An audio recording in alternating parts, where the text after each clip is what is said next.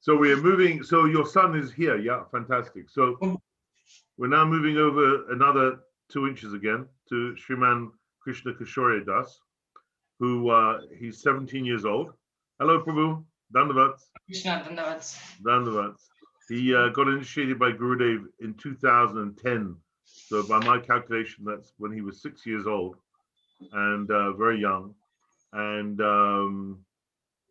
he's been translating books from the Hindi to the English as seva. So, and you've been living in India since you were 11 years old, right, Prabhu? No, since I was 6. Oh, since you were 6, sorry, for 11 years. Yeah. So we're very grateful. We've never had 3 people in the same family giving Pushpanjali one after the other.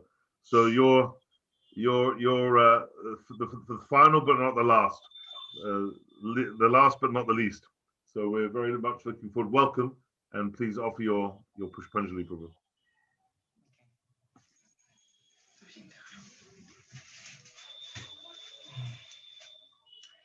Namam Vishnupadaya Radhikaya Priyatmane Shri Srimad Bhaktivedanta Narayaniti Namine Shri Krishna Lila Katane Sudakshan Audarya Madhurya Guneshya Yuktam Varam Varanyam Purusham Mahantam Narayanam Twang Shiraso Namami Tridandinam Bhakta Shiromaninshcha Shri Krishna Padabjuditaikaridhi Chaitanya Lilamrita Sarasaram Narayanam Tam Shatatam Prapatye Namam Vishnupadaya Bhaivav Chandrika Pristhaya Bhutale Shri Srimad Bhakti Kamal Govindam Iti Namine Panchakalpa Tarurvyascha Kripa Sindhu Vevacha Patitanam Pavanebhyo Vaishnavebhyo Namo Namaha.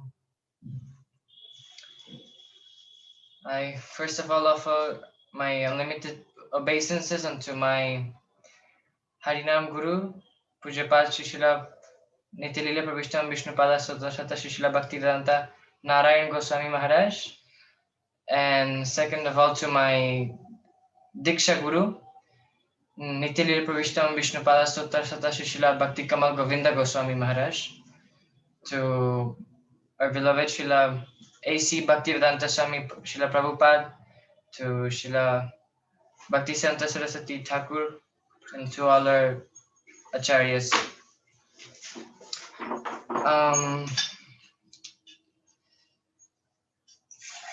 It's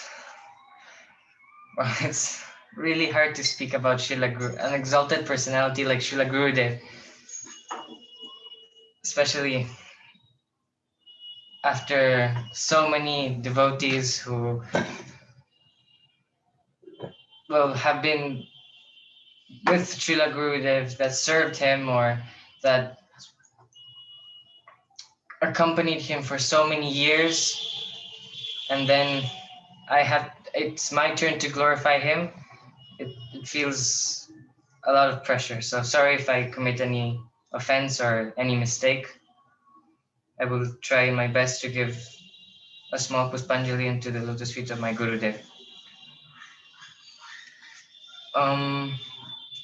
As my mother was saying, I first met Srila Gurudev when I was 1 year old in here in Vrindavan in 2005. We came here for the Vrajamandal Parikram with my 2 older brothers and my mother and father. We spent a month here, and of course I was 1 year old, so I was too small to remember anything. And then we met him in 2008 in Canada. And I remember that when we met him, my mom, she told me to go and stand so I could take a picture with Srila Gurudev. And as a kid, we in Canada, we always used to watch the Indian TV shows and about the Ramayana, the Mahabharata, all of this. They used to come in on Indian channel. So I thought I was Lord Ram.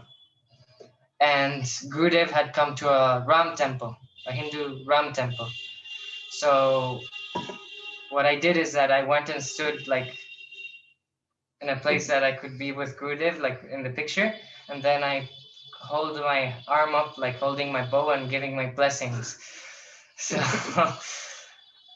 I was trying to impersonate Lord Ram, and when I was small, I just did it like because I thought I was, playing like Lord Ramachandra. But then as afterwards, I started thinking that it's interesting how Srila Gurudev, as a kid, he was a Ram Bhakta. They always the devotees always describe how his father, he was very devoted.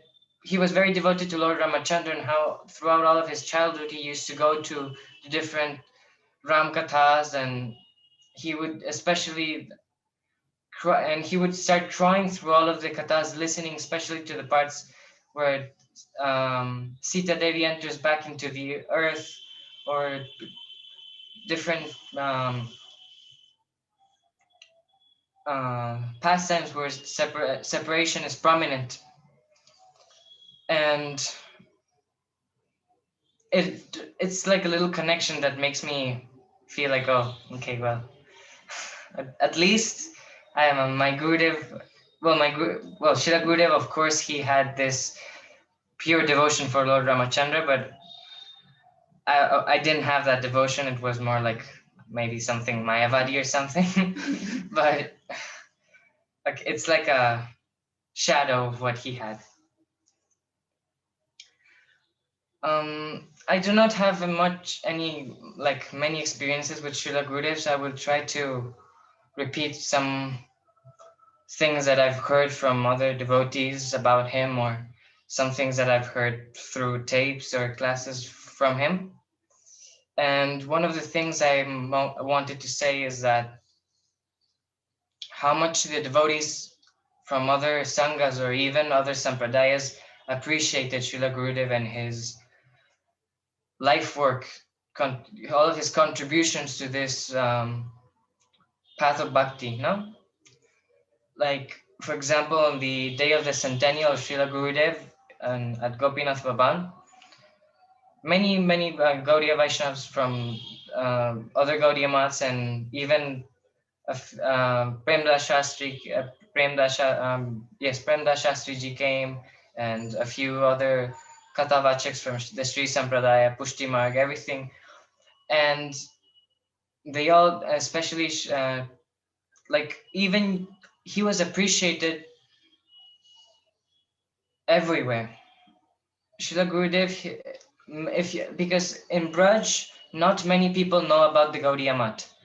The Gaudiya Mat is more something that's spread in Bengal and then by other branches in maybe Punjab, but the Gaudiya Mat in Vrindavan, they mostly know them, oh yes, the Bengali Babas in saffron, but it's not such a strong impression here in Vraj. But if you ask about Srila Gurudev, then all of the Vrajavasis, especially the Vrajavasis from Vrindavan and Mathura, they all know him.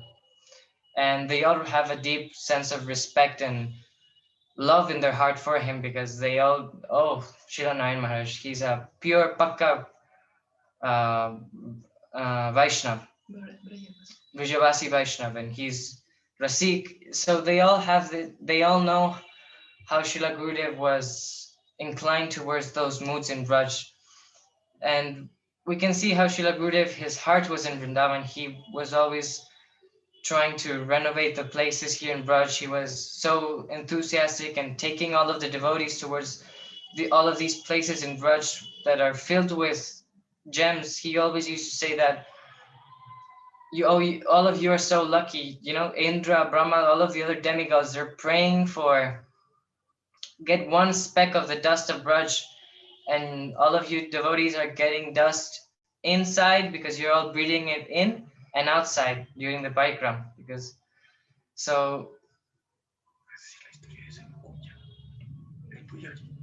So it is incredible how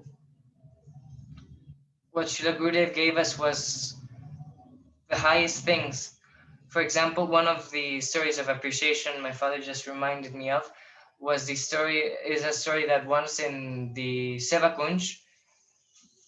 To begin with, Seva Kunj is they're affiliated to the Radha Ballabh temple, and the Radha Ballabh temple, they're quite against the Gaudiya Vaishnavas. But once the Pujari of the Seva Kunj, he had a dream in which Srimati Radharani came to him and told him that take my prasad to Srila Narayan Maharaj in the Mat of Rup Sanatan, and he's very dear to me. So the Pujari immediately he woke up and he went and took the prasad that's offered after Mangalarti, and he took it to Srila Gurudeva. And at that time, Srila Gurudev's servants wouldn't let him come into his room, and he was like, please, this is very urgent. I need to give this prasadam to him. So at the end, they let him in, and he said that, he gave his dandavas to Gurudeva, and he said that Srimati Radharani told me herself that I should give this prasadam to you. And even today, if you go and ask that Pujari about Srila Gurudev, he always tells you this story with so much affection and so much respect for him.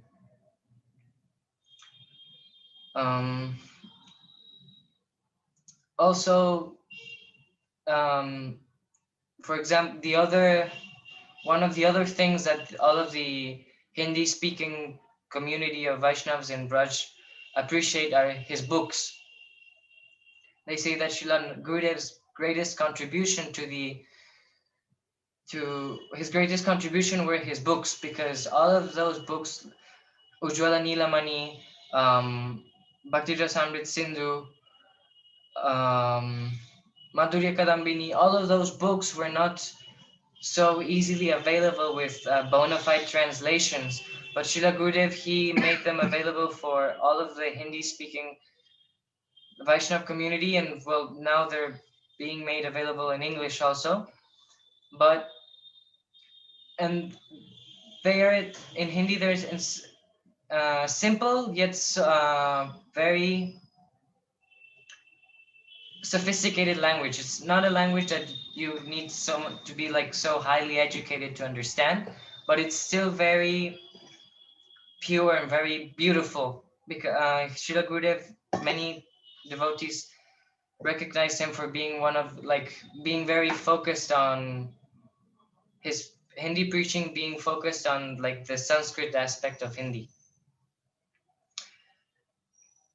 Another thing is that Srila Gurudev often was criticized for being too rasik and speaking too openly about subject matters that were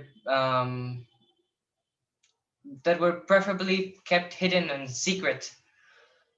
But the other day I was listening to a tape of Srila Gurudev saying that, what am I saying? He's giving classes on Upadeshamrit in Badger, California.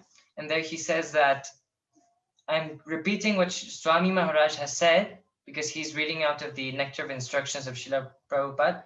And he is saying what Srila Rupa Goswami has said. He said, Swami Maharaj is describing what Srila Rupa Goswami said. Srila Rupa Goswami only described it in a few lines in Sanskrit. And Srila Swami Maharaj gave 10 pages. So does that mean that Swami Maharaj is saying something different than Srila Rupa Goswami? And he says, of course not. He said his words, and they may be different. Sometimes they may be the same. But the goal of his words and the aim, they're one. He said, so in the same way, I may sometimes repeat what Srila Swami Maharaj says with different words, sometimes with the same words, but the aim and the result, they're the same. He says, I'm not saying anything he said, sometimes I say, Narayana Maharaj, he speaks too high. He says, I'm speaking what's given in the books of our acharyas. He said, Srila Swami Maharaj also spoke about these things, but he spoke them in a little hidden manner. I'm just explaining what he has given. And then there he goes on saying that many times people say that, Narayana Maharaj is a Sahajiya. But who is a Sahajiya? A person that even after chanting the Hare Krishna Mahamantra keeps company of women or he says that, or women who chant the Hare Krishna Mahamantra keep the company of men, or have still material desires, or are running after money and fame, they are sahajiyas. That is the definition that Srila Prabhupada gives of a sahajiya in the fifth verse of Rasamrita. So then he says, who are sahajiyas? Me or the persons who are saying that I'm a sahajiya? And he starts laughing jokingly. So, like I don't know if she said, my mother mentioned about being strong as lions. Yeah. So, if we cannot be if we cannot be strong as lions, then at least we should know that, okay, we should be like in this song of Srila Bhaktivinoda Thakur. There's one song where he's singing that, oh master, tumi amar ami tamar kukur, tumi amar Thakur, that I'm your dog and you are my master. I want this feeling of, because the dog is loyal, he's faithful to the master, and if a dog, he won't do anything against the wishes of his master. And if somebody comes and starts comes in a bad mood to his master, he attacks him. So we must have this feeling as a dog, that we know that, well, even if a small puppy, if somebody comes and speaks against the words of our Gurudeva, if somebody speaks against the character of our Gurudev, we should be bold. And if we cannot be lions, then at least we should be cats and dogs, barking and trying to roar against these other people who are trying to offend our Srila Gurudev, because our master, he is impeccable. Nobody can judge the character of our Gurudev. He was such a high-class Vaishnava. Sorry, sorry. I'm having a little bit trouble. I'm getting nervous. Take your time, Prabhu. It's great. It's beautiful. We're really appreciating it. Take your time. Yes. For example, one of those stories of his boldness was once in Gokul Mahavan. Srila Gurudev had come with the Brajamandal Parikram there. And there the pandas, you know how they are, they stop you and they make you wait outside of the door, and then they take you all at once. They charge money, they put you the peacock fan on the head, and then they take you out and they say a few words that, oh, Krishna was born in Mathura to Vasudeva and Devaki, then he was brought here to Nanda and Yashoda. So when Gurudev, once Gurudev stopped all of those, he gathered all of those pandas and he said that, where was Krishna born? And they said, well, in Mathura. And he became very angry at them, and he said that, how can you call yourselves Brijabasis if you think that Krishna was born in Mathura? He said, Krishna was born in Vraj, and a true Brijabasi would never think that Krishna was born in Mathura. Krishna appeared with his 4 hands and his 4 symbols, this mace, the lotus flower, the conch shell, and the disc, and Mathura, and the prison cell. And then he turned into a small child. But here in Vrindavan, he was born from the womb of Mother Yashoda, and there was a umbilical cord cutting ceremony, the name-giving ceremony. Here he was born as a child. So and all of Brijabasis know this. So a Brijabasi would never think that Krishna was born in Mathura. So imagine how bold he must have been, that he goes into a temple that's controlled by these pandas. And anyone who lives here in India knows that pandas are not, sometimes they can be very nasty. And starts chastising them in public with microphones in front of the whole public, saying that they're not true Brijabasis because they don't know proper Siddhanta of Tattva of Krishna. So this is one of the examples of how Gurudev would never compromise the truth, and he would always be strong and forward as a lion. And he always also was very strong on this point of Guru Nishta. Srila Gurudev used to say that Guru Nishta is the backbone of bhakti. And if we do not have Guru Nishta, then our bhakti will be all wobbly, and we won't be able to continue on our path. So I pray that one day Srila Gurudev may give me that strong Guru Nishta, that no matter what happens, like this is something that Srila Bhakti Santa Saraswati Goswami Thakur said, that even if the whole world would stand against me to say something, to give the interpretations of Srila Bhakti Vinod Thakur saying, oh, he meant this, then I would gladly fight against all of them, because I know that if that was wrong, because I know that the how do you say,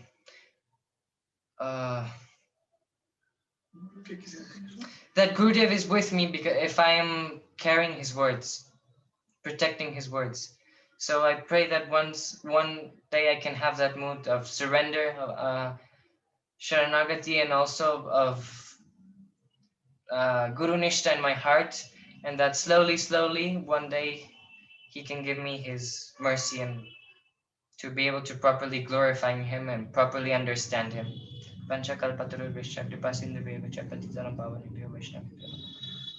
Regarding this point, I also want to say that Srila Rupa Goswami was advised by Satyabhama in a dream in Satyabhamapur about the difference of Brajendra Nandana in Vrindavan and the pastimes of Krishna in Mathura.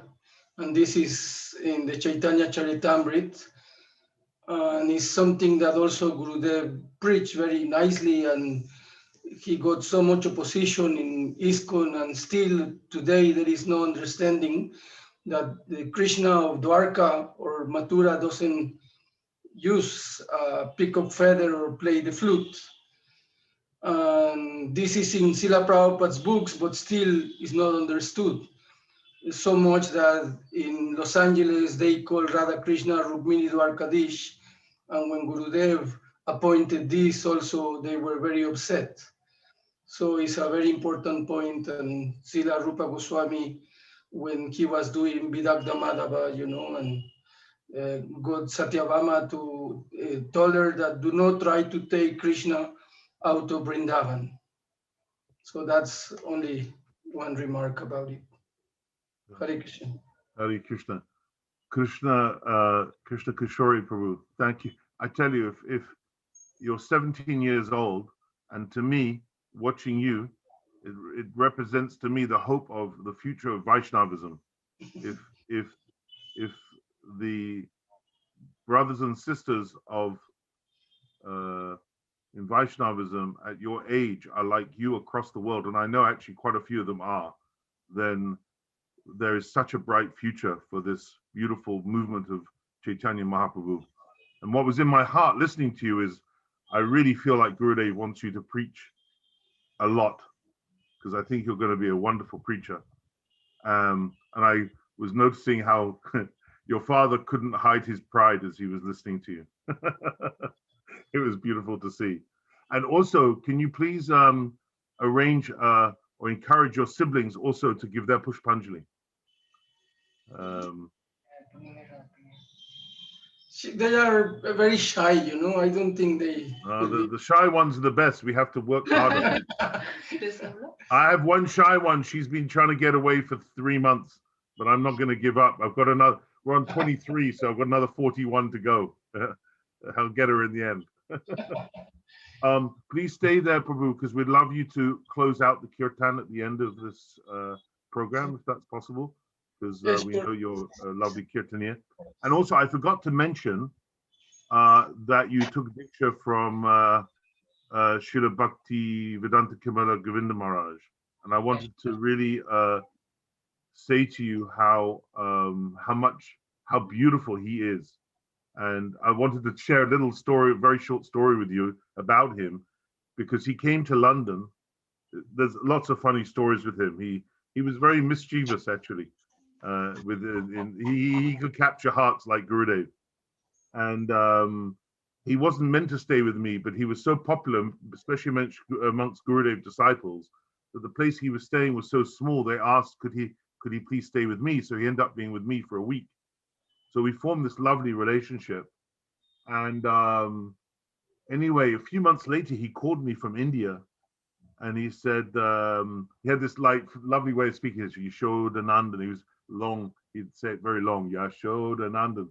You haven't called me, he said. And immediately I said, no, Maharaja, I haven't called you because I'm afraid of you.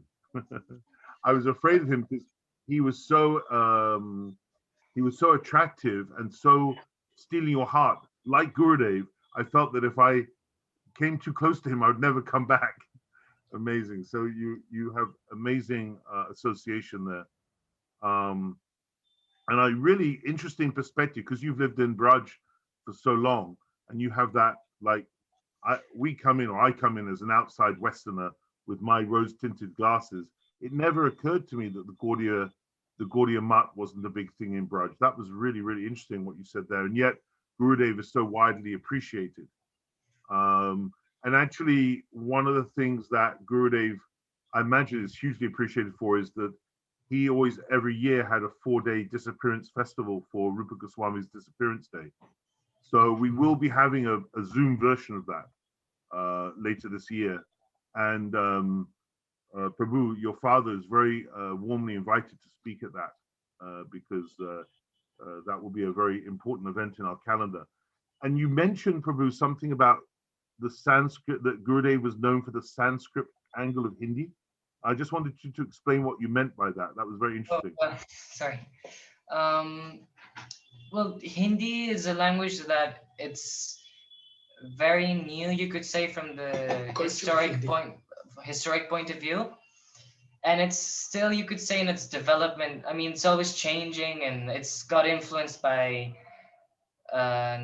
different languages in the areas that it's spoken. Like in Vrindavan, they mix it with Brijabhasa, and nowadays it's mixed with Farsi and other Arabic languages because of the Muslim occupation of India.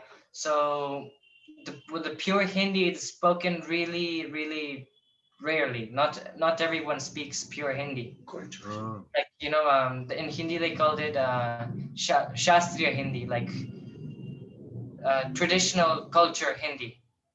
Yeah. And Srila Gurudev, he wanted that his books be like very pure Hindi, no? So the closest Hindi there is to Sanskrit, basically. Well, yeah, all of the terminologies and everything, they don't have any other Urdu words or mix in them. I understand. Yeah, so it's pure Hindi. That makes a lot of sense.